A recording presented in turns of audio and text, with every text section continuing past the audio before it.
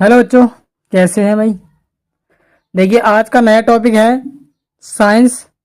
Science आज science पढ़ा रहे हैं और उसके अंदर एक टॉपिक है पहला, प्रकाश। इंग्लिश में इसे लाइट कहते हैं। साइंस मतलब हम विज्ञान की बात कर रहे हैं। हिंदी में विज्ञान कहते हैं साइंस को, ठीक है। लाइट क्या होता है, प्रकाश क्या चीज़ होती है भाई, प्रकाश।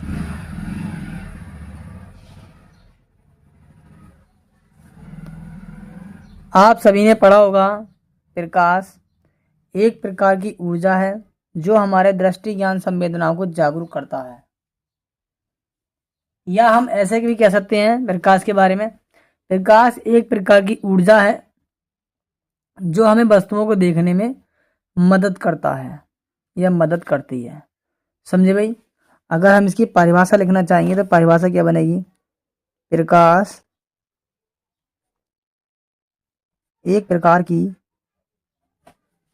की ऊर्जा है जो हमें वस्तुओं को देखने में मदद या सहायता करती है, प्रकाश कहलाता है। प्रकाश कहलाता है। या इसकी एक परिभाषा और लिख सकते हैं हम। वो क्या परिभाषा होती है, अथवा करके लिखा हूं मैं, जो मैंने बताई थी। प्रकाश एक प्रकार की ऊर्जा है, एक प्रकार की ऊर्जा है जो हमारी आंखों में दृष्टि तथा संवेदनाओं को जागरूक करता है, जागरूक करता है, जागरूक करता है, जागरूक करता है। यहाँ पर एक साथ ही साथ आपको एक चीज बताते हैं। देखो, प्रकाश के बारे में मैंने जो लिखा है ये आप भी लिख सकते हैं। अब यदि आपके समझ में आ जाए कि हाँ ये परिभाषा क्या कहना चाह रही है, तो आप भी इन सभी शब्दों को अपनी लैंग्वेज में भी थोड़ा बहुत लिख सकते हो। समझे भाई। जैसे कि मैंने बताया, प्रकाश एक प्रकार की ऊर्जा है जो हमारी आंखों में दृष्टि तथा संवेदनाओं को जागरूक करता है, प्रकाश कहलाता है। ये सब घटनाएं क्या होती है, प्रकाश कहती हैं। और प्रकाश की मदद से हम वस्तुओं को भी देख सकते हैं। ठीक है भाई, ये तो हो गया प्रकाश। अब तुमने जब प्रकाश की बात में ये सुना होगा कि ये सबने आपने जुगनू देखा है, जुगनू। क्यों भाई, जुगनू देखा है, जुगनू। जुगनू देखा होगा। जुगनू एक ऐसा कीट मान लो जो प्रकाश को खुद से उत्पन्न करता है। देखा होगा अपने गर्मियों के दिनों में शाम के टाइम अगर देखें हम गांव से बाहर निकलकर, तो खेतों में उड़ते दिखाई देते हैं, वो जुगनू कहलाते हैं। वो जो होते हैं जुगनू, वो कौन से प्रकाश के अंदर आते हैं, हम उस बात के बारे में भी आपको बताने वाले हैं। यदि आप चैनल पर नए हो तो चैनल को सब्सक्राइब कर लीजिए फटाफट से, और वीडियो को लाइक करिए। और जो भी आपके संपर्क में कक्षा 10 के अंदर विज्ञान पढ़ना चाहता है तो वो हमारी वीडियो को देख सकता है। समझ में आए ना आए, इस बात की भी कमेंट वो हमारे पास कर सकता है। अब प्रकाश के लिए दो भागों में बांट रहे हैं हम। प्रकाश के हमने दो भाग बांटे। दो भागों में कैसे कन्वर्ट कर रहा हूं, देखो। प्रकाश, लाइट, दो पार्ट करे मैंने इसके। पहला भाग होगा, एक तो प्रकाश पाया जाएगा प्राकृतिक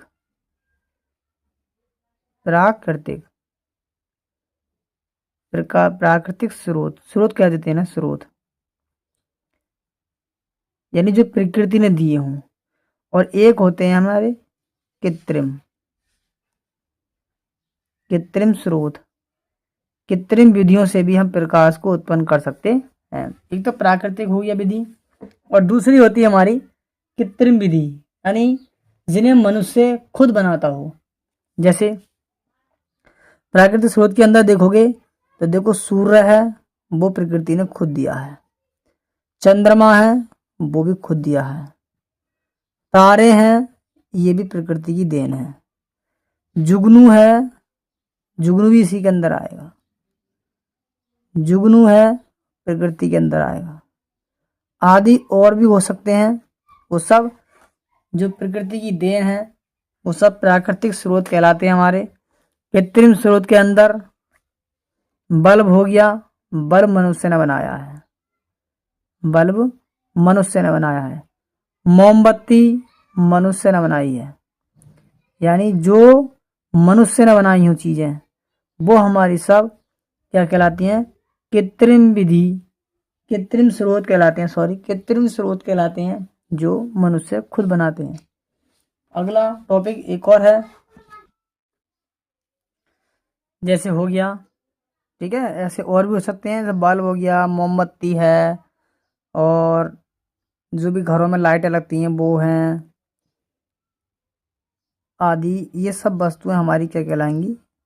कृत्रिम स्रोत कहलाते हैं, जिन्हें मनुष्य बनाता है प्रकाश देने। टॉर्च है, टॉर्च, रोड है, ठीक है। अब हम बात करते हैं आगे प्रकाश की। आपने देखा होगा कि प्रकृति में कुछ वस्तुएं ऐसी हैं जो स्वयं प्रकाश देती हैं और कुछ वस्तुएं ऐसी हैं जो स्वयं प्रकाश नहीं देती हैं। वो तो हमने बता दिए, प्रकाश के स्रोत, एक प्राकृतिक स्रोत और एक कृत्रिम स्रोत। अब हम ऐसी बात करने वाले हैं जो वस्तु प्रकाश देती हैं उन्हें क्या कहेंगे? इन वस्तुओं को कहेंगे क्या? प्राकृतिक स्रोत तो हो गए, इनका कुछ तो नाम होगा। जैसे कि मैं बताता हूँ आपको, ये जो इनको जो नाम देते हैं हम वो देते हैं प्रदीप्त वस्तुएं, प्रदीप्त, और एक होती है अप्रदीप्त। समझे भाई? प्रदीप्त कौन सी होती हैं और अप्रदीप्त कौन सी होती हैं? प्रदीप्त वस्तुएं वे होती हैं,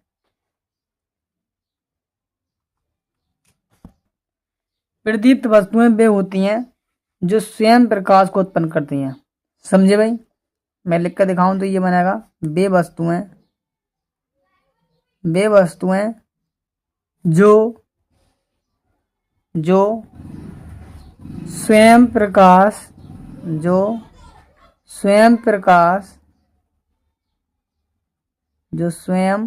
प्रकाश उत्पन्न करती हैं, क्या कहलाती हैं? प्रदीप्त वस्तुएं कहलाती हैं। प्रदीप्त वस्तुएं कहलाती हैं, यह प्रदीप कहलाती हैं। यानी जो स्वयं प्रकाश को देंगी वो हमारी प्रदीप्त, और जो स्वयं प्रकाश नहीं उत्पन्न करती हैं वो हमारी सब अप्रदीप्त वस्तुएं कहलाती हैं। जिसमें कि इसमें उदाहरण के लिए लिख दूंगा मैं, उदाहरण में कौन कौन सी वस्तुएं होंगी प्रदीप्त? जैसे सूर्य हो गया, सूर्य का अपना खुद का प्रकाश है, सूर्य का अपना खुद का प्रकाश है। तारे हैं, तारे, और जलता बल्ब हो जाएगा, जलता बल्ब भी इसी के अंदर आएगा, ठीक है। जलता बल्ब बंद नहीं हो पाएगा, समझ गए? बंद बल्ब नहीं हो पाएगा, प्रदीप्त वस्तुएं। जलती मोमबत्ती हो जाएगी, या जुगनू भी इसी के अंदर आएगा, चंद्रमा भी इसी के अंदर आएगा, समझ गए? जुगनू भी इसी के अंदर आएगा, जुगनू, क्योंकि जुगनू भी खुद अपना प्रकाश देता है। ये हमारी वस्तुएं क्या कहलाती हैं? हमारी सब ये प्रदीप्त वस्तुएं कहलाती हैं। अब हम बात कर लेते हैं अप्रदीप्त वस्तुओं की। इनकी परिभाषा होती है कि वे वस्तुएं, अभी समझाया मैंने, वे वस्तुएं जो स्वयं प्रकाश उत्पन्न नहीं करती हैं, जो स्वयं प्रकाश उत्पन्न नहीं करती हैं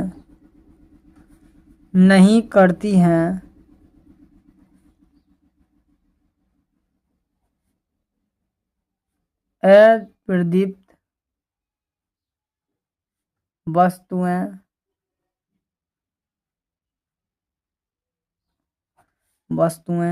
अप्रदीप्त वस्तुएं कहलाती हैं।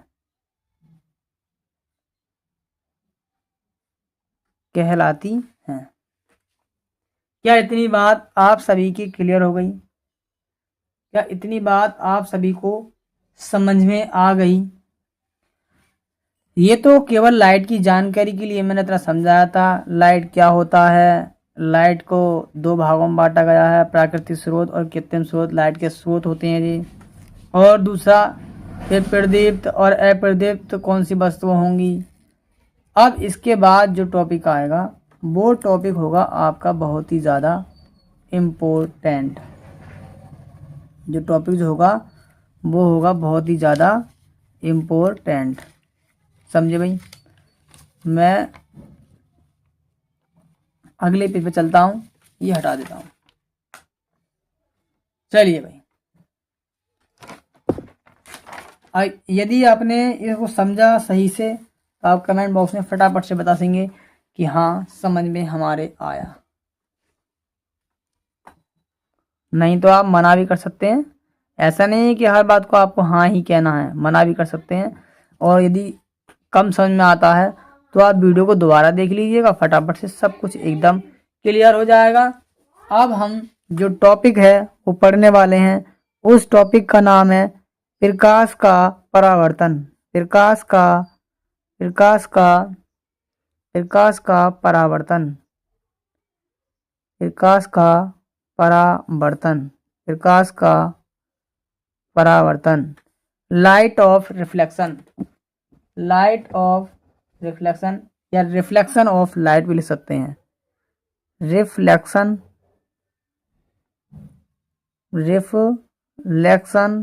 Of light. ठीक है।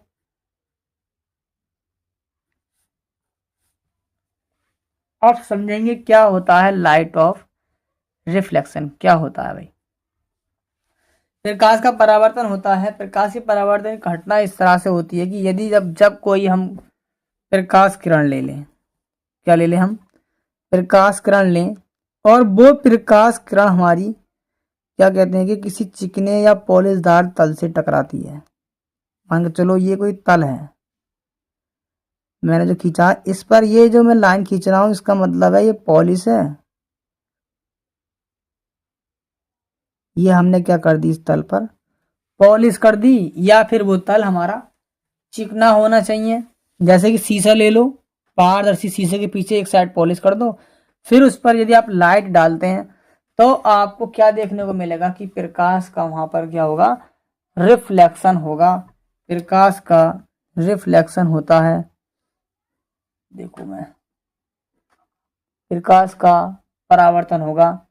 देखो सुनो, जब कोई प्रकाश किरण किसी चिकने तल पर, ये प्रकाश किरण आई इस तल पर टकराई, यहाँ पे कोई भी प्रकाश स्रोत हो सकता है।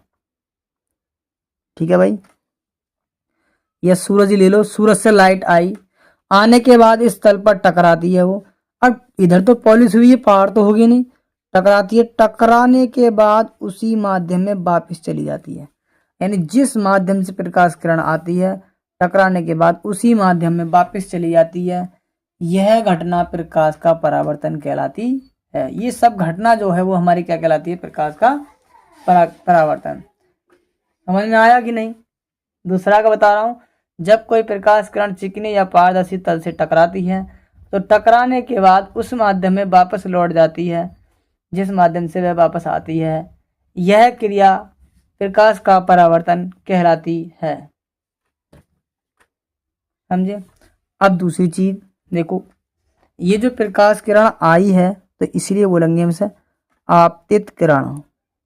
आपतित किरण।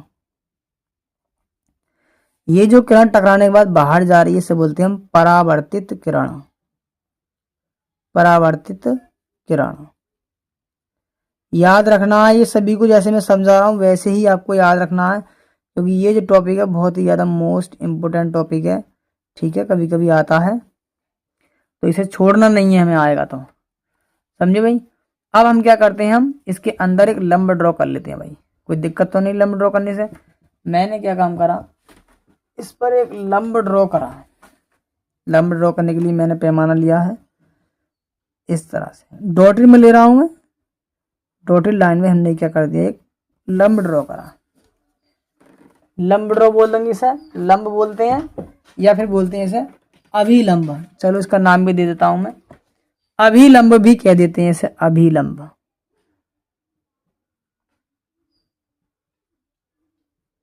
अभिलंब।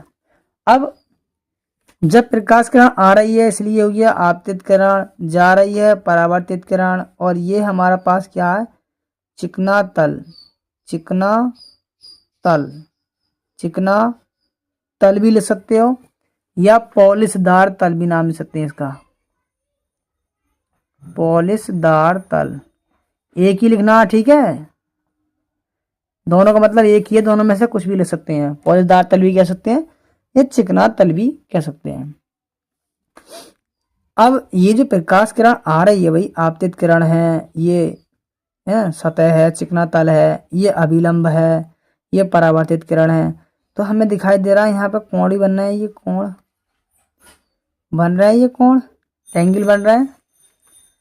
तो यहाँ पर ये घटना होती है कि जब आपतित प्रकाश किरण, ये कह सकते हैं हम आपतित प्रकाश किरण तथा तल के बीच बने कोण को हम आपतन कोण कहते हैं। कौन सा कोण कहते हैं, आपतन कोण। आ रही है ना किरण ये, इसलिए इसका नाम आपतन कोण, और इसे हम आई से लिखते हैं।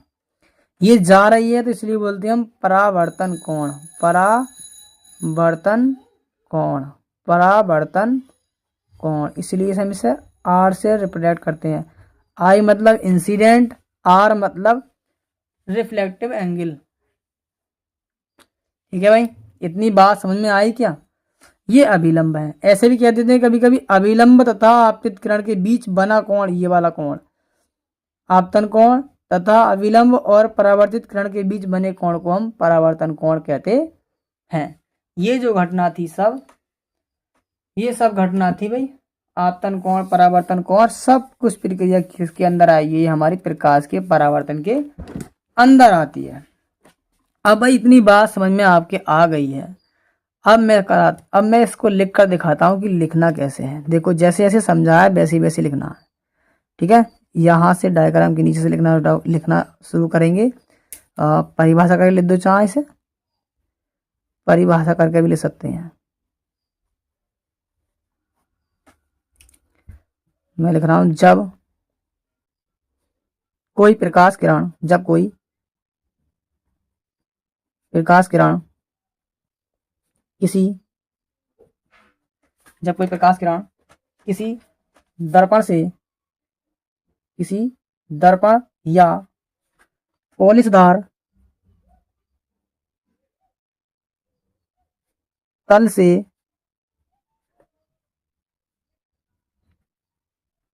से टकराती है तो वह उस माध्यम में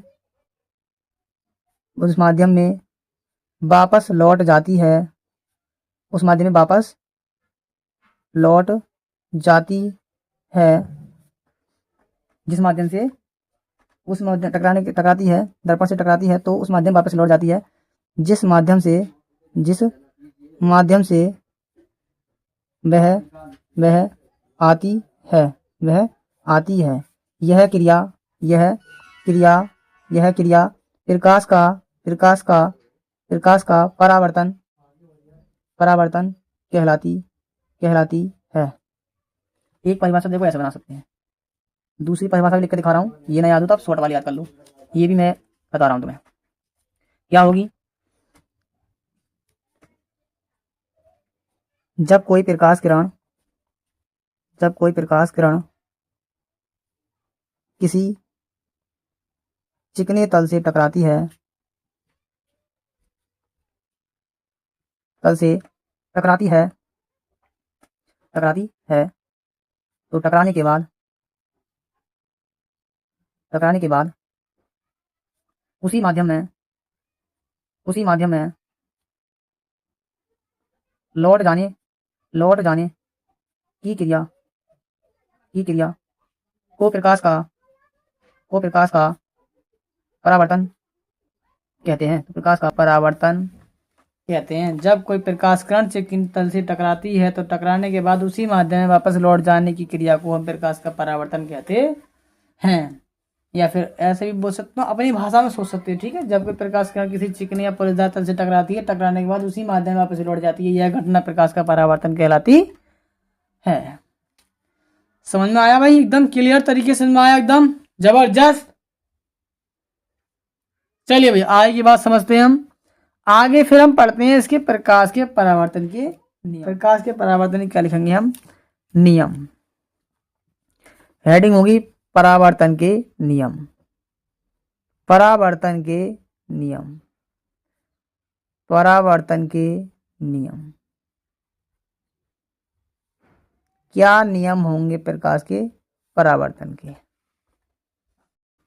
परावर्तन के नियम जानेंगे। सबसे पहला नियम होगा, देखो भाई, सबसे पहला नियम है प्रकाश के परावर्तन का, आपतित किरण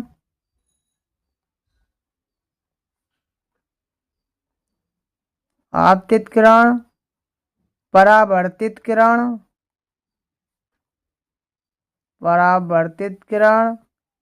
तथा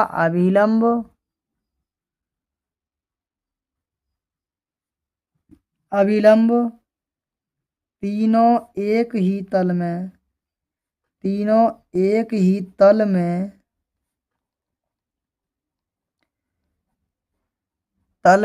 स्थित होते हैं। तीनों एक ही तल में क्या होते हैं? स्थित है। अब समझो, देखो भाई, ये आपतित किरण, ये परावर्तित किरण, ये अभिलंब। अगर इस दर्पण के ऊपर के साइड सघन माध्यम भी होगा तो है तो तीनों सघन में ही। अगर विरल माध्यम भी होगा तो दर्पण के ऊपर दोनों विरल माध्यम ही तीनों।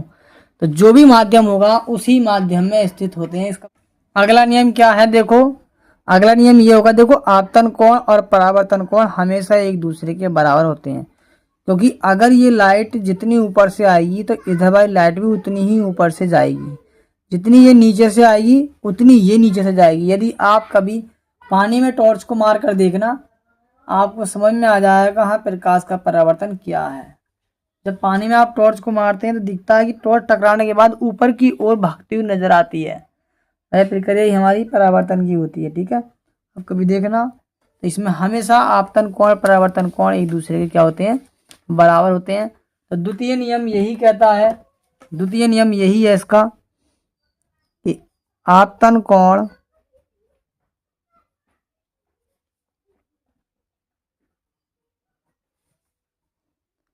परावर्तन कोण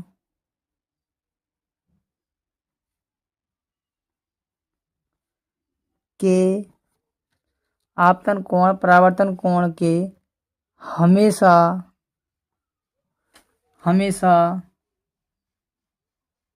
बराबर होता है। आपतन कोण जो है वो परावर्तन कोण के हमेशा बराबर होगा, ठीक है। अर्थात लिख सकते हो कोण आई बराबर कोण आर, इससे रिप्रेजेंट हो जाएगा, ठीक है। ये हमेशा एक दूसरे क्या होता है? सदैव एक दूसरे के बराबर होता है। क्या आपको आज का टॉपिक प्रकाश के परावर्तन और प्रकाश से संबंधित बातें समझ में आई? यदि समझ में आई सब बातें तो आप हमें कमेंट बॉक्स में लिखकर जरूर बताएं, जिससे कि हम आगे वीडियो बना सकें। अगर यदि आप चाहते हैं तो हम आगे का वीडियो बनाएंगे। और इसी चैनल पर हम आपको गणित भी पढ़ाते हैं। तो चलिए मिलते हैं अगली नेक्स्ट वीडियो में। धन्यवाद। जय हिंद।